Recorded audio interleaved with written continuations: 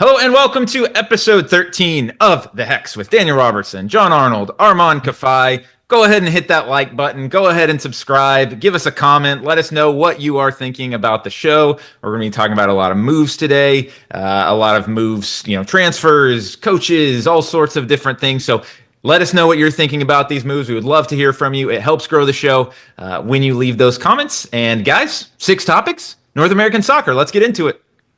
I was in my feels yesterday, guys, on the treadmill, listening to the final Extra Time Radio after almost 15 years, a show we kind of all grew up on in some ways. I'll start with you, John. What was kind of your reaction and feel to the end of Extra Time Radio with guys who we've worked with, guys who we still work with? How did that kind of feel? Yeah, friends of mine who, it's always great to hear. And I told Weeby, who I came up with, I would say, like, we were the young guys on the US beat. Now we're getting some grays in our beard and talking about being dads all the time. So things change, but that shows the longevity of the show and how much I think it meant to people that it was this kind of constant companion. And you knew that in this sports media landscape where even the MLS Cup match often isn't spoken about, that they were going to get into the nitty gritty of Toronto FC's midfield formation or whatever. So, yeah, it's a bummer, and I think that it's a show that for so long was with us and got us right. It made you feel that community was there from the official site, right? Like right. It felt like, hey, the league cares about you nerds and cares about that community and wants to grow that. So glad that most of the guys are still with the official media situation. Andrew and Doyle on the Apple product, Tom Goss doing their SoccerWise thing and in other media outlets, and even some of the kind of predecessors that they spoke about on the show if people have had a chance to listen. But I'm bummed. I think that it was a great space for people, and I was telling Weeby I'm gonna have to remember to text him, not just when I'm arguing with something he said on the show 10 hours later whenever I listen to it. So congratulations to them on a great run, but it's a bummer that the powers that be felt that it had to end. Yeah, and I'll be honest, I didn't quite realize just how long it had been going until they were talking about all of the previous hosts, the Simon Borgs and Nick Fershaws. And, for me, who, when Andrew was talking about starting as a fan and then how crazy it was to kind of go from being a fan to being someone in the seat, me and you have experienced that. Armand, you have too. We've experienced that. And with Nick and with Simon, where I started Big D Soccer and I just wanted to cover the team and maybe make a buck, and the legitimization, that's not a word, but I felt legitimized when they actually came to me to ask me about things related to FC Dallas, whether it was Simon or Nick or even a guy like Mark Followell or something like that. We all have those like holy shit moments of, wow, I'm actually someone here and my work has produced something. And that really kind of hit me, because I remember my very first time. I'll never forget my first wow, I made it moment on a national stage, not of like FC Dallas, but I remember when Julian de Guzman talked shit about, was it Aaron Venter, or who was the coach that traded him? Yeah, Venter was, the TFC coach, huh? Aaron Venter, and Julian de Guzman scored like a last second volley golazo. And I got the quote from him in the locker room of saying, yeah, he told me he was going to ship me off to the, heat of Dallas, but now look at what I'm doing. And I remember when I submitted that article to Simon, he called me and I was nervous. And he was like, Daniel, this is an amazing quote. This is great. Push this story, get more. And just how legitimized I felt at that time that like I made it. And so when they were talking about Simon leading the show and Nick, again, just a great legacy there. And Armand, like, obviously you're quite a bit younger than us. You're 10 years younger than me. Like, but I'm sure you've been listening to that show for a long time. Kind of, how did it help you grow as an MLS fan? I mean, it gave look, back when we were I was listening and stuff like that, there wasn't like a big community of MLS people online, I'd probably say, or to be honest with you, that I knew in real life when I first started, right? It was 2015, 14 in that range, or 16, something like that. And again, you don't especially in this area, there isn't that many, especially in area of Frisco, Plano, no one really cares about FC Dallas as a whole, right? So it's not like let's go watch FC Dallas, let's go to the games, etc. No one cared. And I was watching MLS on NBC with Arlo White calling the games, etc. So like again, the pod has been there forever, and it's been kind of been like a friend that you can kind of talk to about these things, right? Like, and that's something that no one else has. I feel like it also kind of like you're alluding to a little bit, Armand, like set the narrative. And sometimes like coaches would push back, and you and I had talked about some of these moments, Armand, which is why I like kind of cut you off there. Like we talked about like this national narrative, and a coach will say, "Oh, the doubters, the haters, blah blah blah," and you're like, "Oh, they're just talking about extra time." Right, exactly. They're just talking about extra time, and I do think that like I sort of not that I look coaches are always gonna find doubters and find bulletin board material, like, whatever. But I do think it's interesting that as we sort of like decentralize this MLS community that we have, where does that kind of national narrative come from if it really is there? I don't know. Getting into MLS transaction news, which we'll be talking about for a little bit here. LAFC, they have been very busy this week with some major internal MLS moves. So they signed Marky Delgado, which has become official. The news broke this afternoon. It's not officially announced yet, but they're going to be acquiring Nkosi Tafari from FC Dallas, the center back. So they've shored up the central midfield. They've shored up the defense. They signed Jeremy Abobasi about a month ago to shore up their forward attack. Armand, what are you seeing for LAFC right now? I mean, these are really just two great acquisitions kind of brought upon due to, I guess, more unforeseen circumstances. I mean, for Dallas, looks like they're doing a complete rebuild. So it's like, hey, any pieces available, we're going to, let go, etc. If they don't think they're a part of their rebuild, they're going to let them go. And again, I think the reported price is like $300K in allocation money in an international spot, which is nothing. Like that's about 150K is the going price for international. Yeah, you'd say 150 for an international spot, 300K, so 450 valuation. Which, if it's spread across multiple years, is probably nothing for the amount of money being pumped into MLS. For the Galaxy, it's their cap situation has been kind of wonky with Joveljic coming off the U22, so his cap hit isn't 200K anymore. It's like more like 1.7, 1.8K million, excuse me. So that's a big difference. That's a big jump, and that's going to cause. That's why you saw guys like Bruggeman leave, and that's why you're going to see Delgado's another casualty. So they got him for cheap as well, as he's on a bigger deal. I mean, for LAFC, you're retooling a team using internal moves. I think Delgado's excellent and played a really important role for the Galaxy whenever they needed him to step up in the middle, and he has plenty of MLS experience, right? It seems like with Toronto, with the Galaxy, he's played with all three LA. He's a starter teams. On an MLS Cup team. Yeah, exactly. So it's like he has plenty of experience, and with Nkosi, it just seems like he just needs a right environment to flourish. A lot of his advanced metrics are really good and really sharp. It just needs, I think, a right place to flourish. I think they're retooling really well, and for their situation and how John Thornton's managing this, they still have an open DP spot. Who knows? Will that be Griezmann in the summer or something like that? They're managing their situation very well. I think they're keeping the powder dry in the proper moments and building out a competitive team, which I think is important for LFC to kind of get back into, hey, like, especially after getting but defeated by Seattle at home in the playoffs. It's not the formula that the Galaxy used in some ways, right? Find proven pieces in MLS to supplement some of the bigger star names that you have with a player or two to build around, and also consider an acquisition later in the year like the Galaxy did with Marco Reus. Armand, help us understand a little bit better kind of why this Galaxy exodus is happening. And we all said Will Kuhns is a genius. He built this team. Obviously, Ricky Puig getting injured changes a lot. And the fact that, like you mentioned, the Joveljic thing, is it that simple? And look, I'm not criticizing. It sounds maybe like I'm like a little skeptical. Hey, it's worth it. You got the MLS Cup, but I think we all said this was like master team building, and now it's like, oh, we won one trophy, and now we got to blow this up a little bit. What exactly happened there, and what's your kind of view on the way the pieces are fitting together with the Galaxy? So with the Galaxy, it's a couple of things, right? So with MLS like contracts, the salary cap is a guaranteed comp that you'll get. A lot of those players are getting a bump due to MLS Cup bonuses. So that's included in the calculus as well. But a big component, and I mentioned this, is the Joveljic component, because Joveljic was on the U22 initiative. Yes, you can be on the U22 initiative until the season that you turn 26.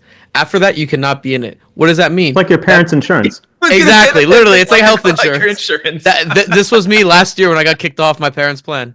Or 2 years ago, I kicked off my parents' He plan. got kicked off the parents' plan. Yeah, but essentially the cap hit that they have is around 200K last year. Now it's going to be the transfer fee spread across the duration of his contract and his salary. My estimation has that closer to 1.7 or 1.6, 1.7 million, and that's a huge jump to have to fill in with escalating contracts.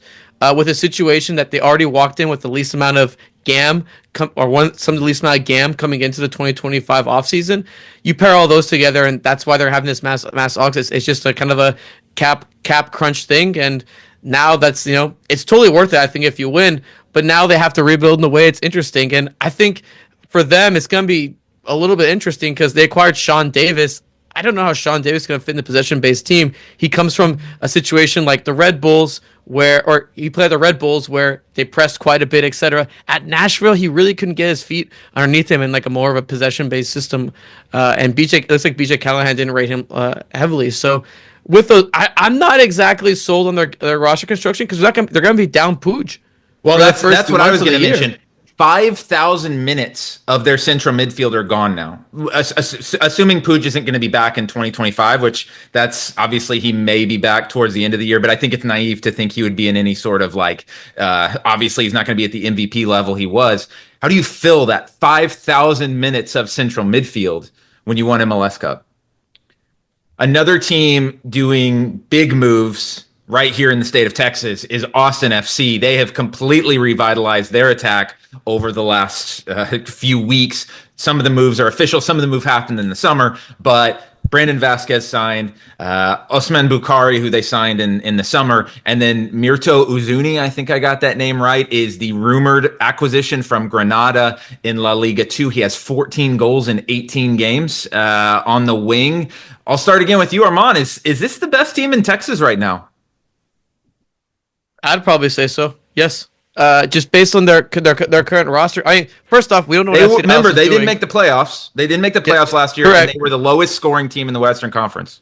Exactly. And look, they brought in Nico Estevez, who has experience in MLS and bringing in the proper players. I mean, John, I remember when we were involved, it was always the talk of, hey, this guy's bringing in guys like Paul Arriola, Sebastian Lletget. I'm pretty sure he played a role in Asier Illarramendi coming in as well too.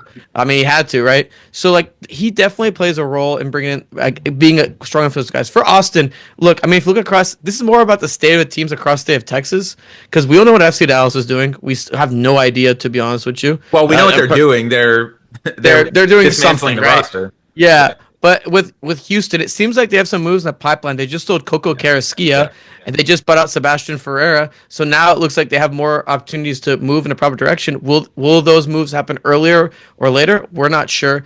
And for right now, I mean, if you look at the current roster assembled, adding a guy like Brandon Vasquez, sure, it might have been an overpay, but he scores goals and scores goals in MLS. I mean, overall, as a whole, I think the team is definitely better than what it was last year.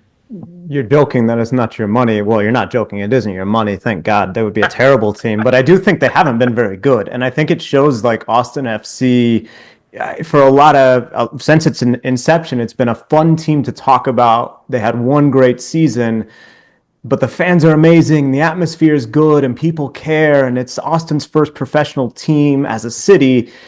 And that all kind of puts makeup on the pig that is, this hasn't been a very successful team on the field. Now they're trying to back Nico Estevez. They have a much better looking attack. I spoke with Danny Pereira last week. He's really excited to get going in the midfield. Feels like he's going to have a slightly different role under Nico Estevez that he's looking forward to. So really, I think everything is going in the right direction for them to be the best team in Texas.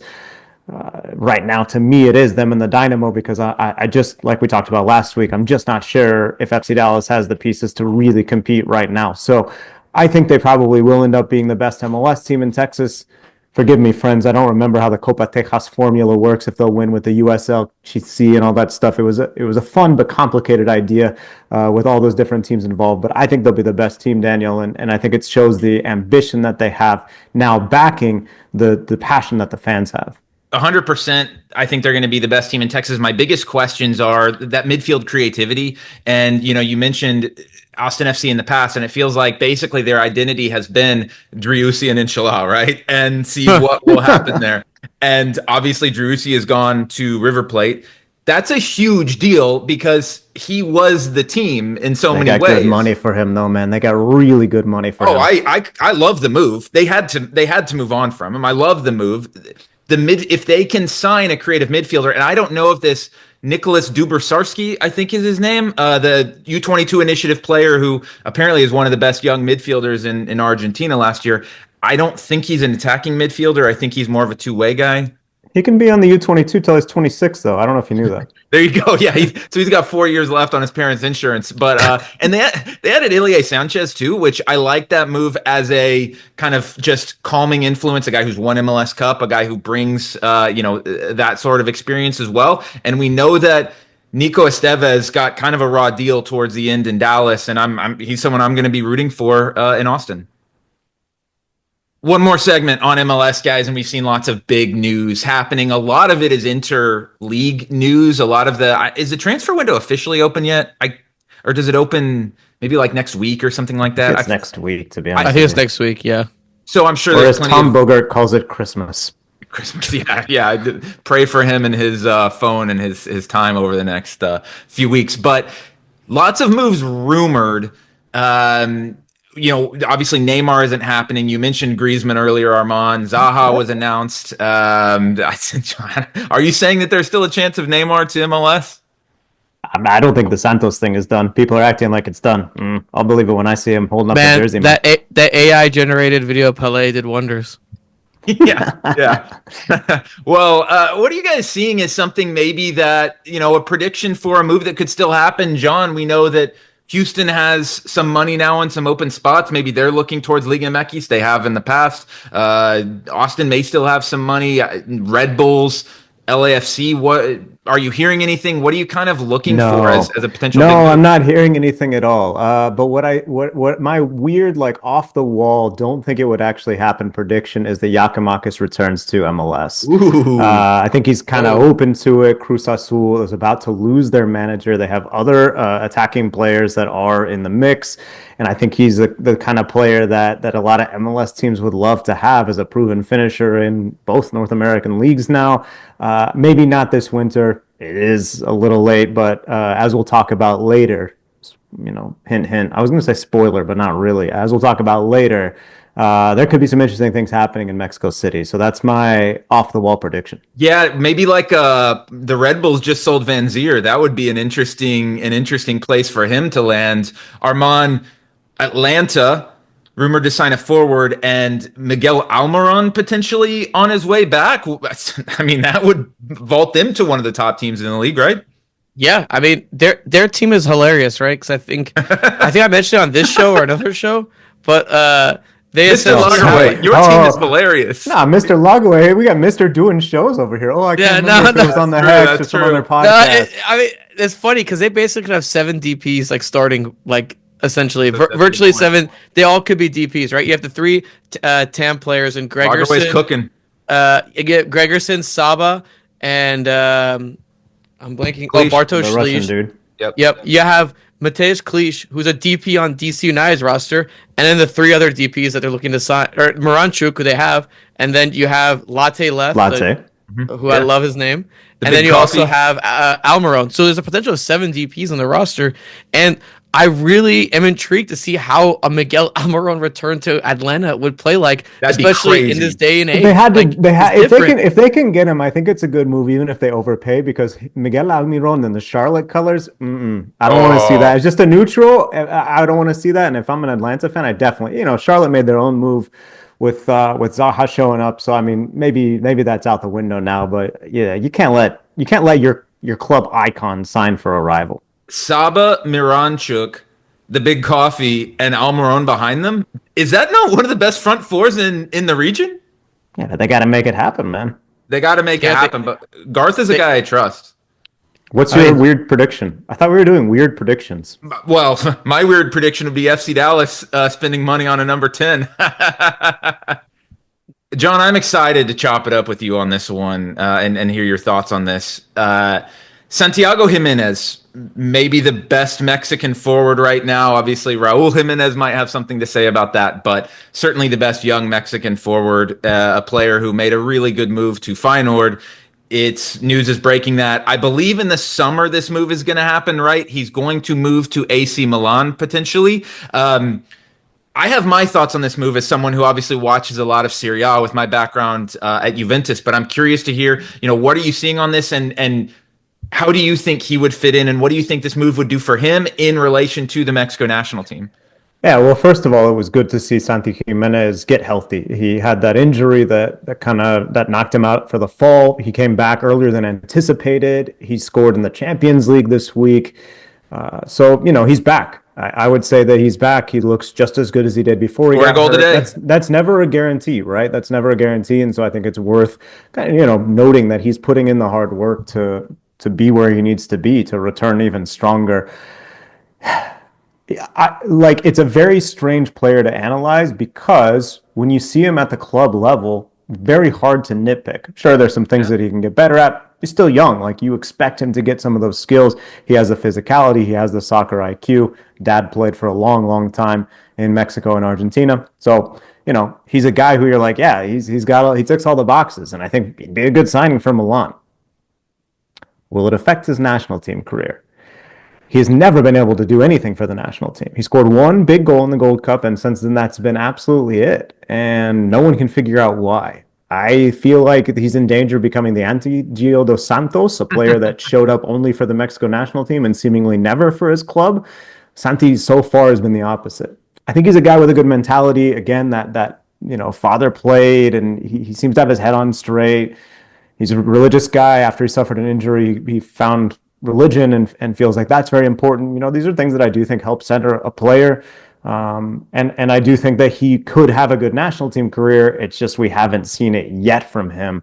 I don't keep as much track on the Serie A, Daniel. What would Milan get out of it aside from just goals from young forward? Well, this is the thing. I didn't watch Cruz Azul as closely as you did. I didn't watch his club career as much.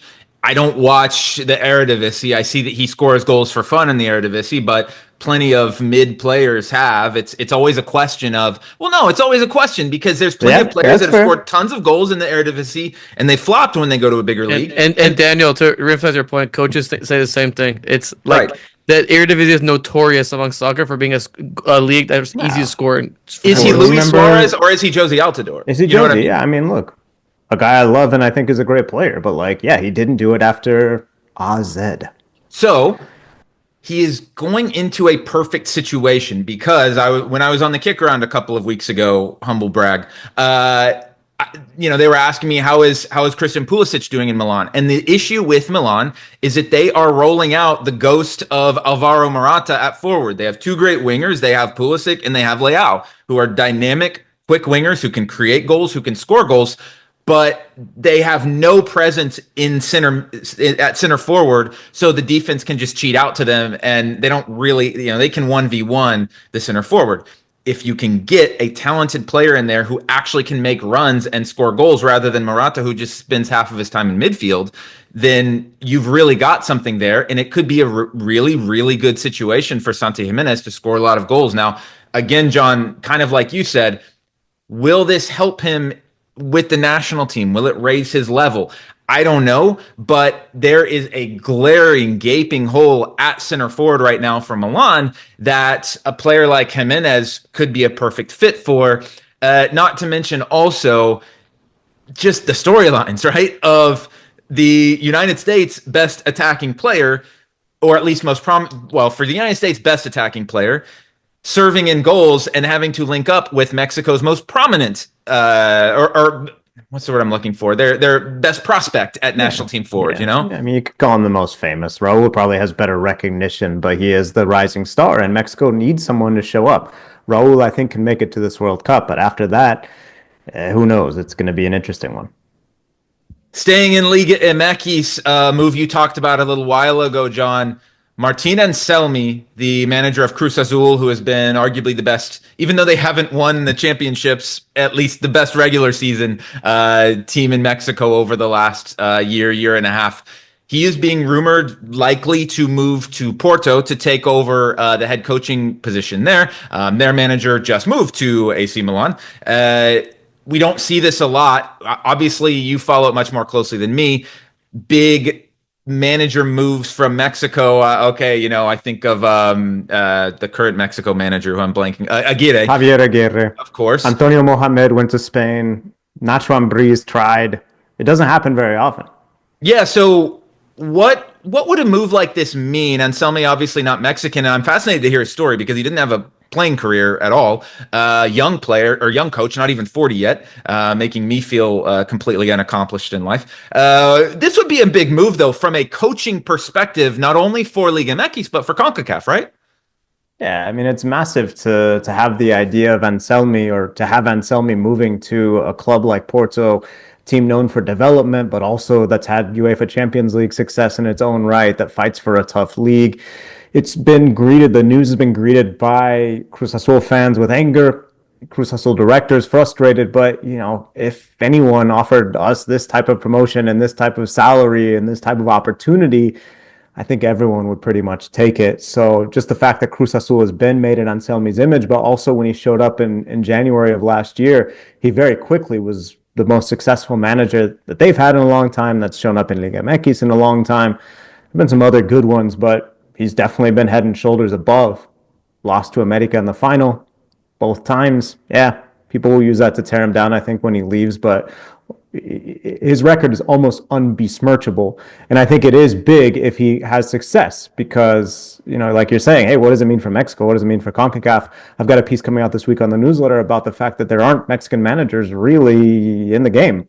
Like Aguirre, 3 managers in Liga MX are Mexican. And after that, you've got Herrera with Costa Rica, Tena with Guatemala, a couple other guys sprinkled around, but that's kind of it. So if people start to respect, the tactical vision of the Mexican league, you could see there being more of these coaches getting an opportunity. Anselmi being Argentine, who knows? But I do think that he's a really, really talented coach with a smart plan. And yeah, it's bad timing for Cruz Azul, but kind of tough cookies, right, Armand? Where do you see Anselmi's sort of rating, I guess, in the pantheon of coaches that have come through CONCACAF? I mean, it's definitely up there, right? I mean, to be consistent in like Liga MX with Cruz Azul, like that's not something that we're used to, right? It's more of a recent like phenomenon. And look, the one thing that I think maybe, like, again, like John, from your perspective and from what you've kind of told us, like this should kind of be like a, hey, this is awesome, like kind of like when MLS, when a manager moves abroad, everyone's kind of like, okay, that's great, that's awesome. If Nancy Go leaves for a league side, like no one's gonna say, damn, like we hate you or something like that. Everyone's like, no, that's awesome, like that's great. It sucks that we're losing a great manager, but that's what happens. That's the nature of the game. Yeah, exactly. So to me, like, but I don't feel like that would be the reaction. Like, No, correct me if I'm wrong, Joe. It's more like, and it's a good parallel because the crew are made in Nancy's image, right? But I do think that's where you see like a difference in perspective. Yes. Whereas MLS players too, fans and players, I think that like people, everyone sort of says, oh yeah, MLS is a rung below the top leagues in Europe and some of these big leagues. But like Chino Huerta went to Anderlecht, and some people are trying to say that no, the Belgian league isn't as good as Mexico. Like maybe America could give a game to a lot of the teams in Belgium, but when you look at their player production and the players that they send to these big leagues, he's clearly in a better spot now. So I just think it's still a lack of outside international perspective that exists among Mexican fans and still among some Mexican directors and owners. Again, like, some of the Mexican managers told me that they feel like the owners don't think that Mexican managers can do these jobs. And it's, some cases they're right, but a lot of cases they're wrong. And it's just about the opportunity. So I think for this one, it's a clear win for Anselmi. He's also rumored to take his entire staff, which makes Cruz Azul's job difficult because in theory, you'd love to have, kind of a succession plan. A leftover or something, yeah. It doesn't seem like that's going to happen. I do wonder where they're going to go from here. Their last title-winning coach, Juan Reynoso, is available. He left for the Peru national team and didn't go that well. So who knows? Maybe he's back in the mix. But I think you'll see some of the same old, reliable names, not Mexican, old dudes who have had success in the league before. Well, and John, this is something we've talked about, not just on the show, but constantly, of the attitude of MLS versus Liga MX, and how you mentioned it, how the Belgian league is seen as a step down, but it's like, what do you think is going to happen? How many times? And it feels like with MLS now, players actually are bypassing that, and it took about 5 years of players going to leagues like Belgium, leagues like Portugal, etc., to prove actually, oh, if I'm a German club or if I'm an English club, hey, actually we can skip the middleman here and not have to pay that little extra. Where if a Belgian club is paying 4 million and we got to pay 15 million, we can just pay the MLS club 7 million or something like that. Do you see that potentially start? I mean, Chino Huerta is a great example, and then as a manager as well with Anselmi, do you see that starting to change in Liga MX? It's about actually changing the culture. And I think like when you look at the age of the Mexican players who are jumping abroad, like by the time 23, like yes, you still have a lot of life ahead of you. Do you have a lot of soccer ahead of you? Ah, man, like it's really difficult. And if you're not in that environment, getting that coaching, having that challenge of trying to win the starting job every single week, I think it's really difficult. So look, I don't think Anselmi jumping will start some sea change of these kind of mid-level or player-producing clubs looking to Mexico for managers. I think Anselmi is a bit of a special case, but if it does, I think Mexican soccer would end up being better for it. I just don't have very high hopes. Well, that is going to be something to watch. It'll be fun to watch how he does at Porto, a club that kind of right below that top rung, known for their youth development, etc. It's good for CONCACAF if he does well. Things that are good for Liga MX, I think, are good for MLS. The high tide raises all ships. So definitely something to watch there for an official announcement coming soon. And that will wrap it up for the Hex this week, guys. Thanks for joining. Thanks, everyone, for listening. And we will catch you next week.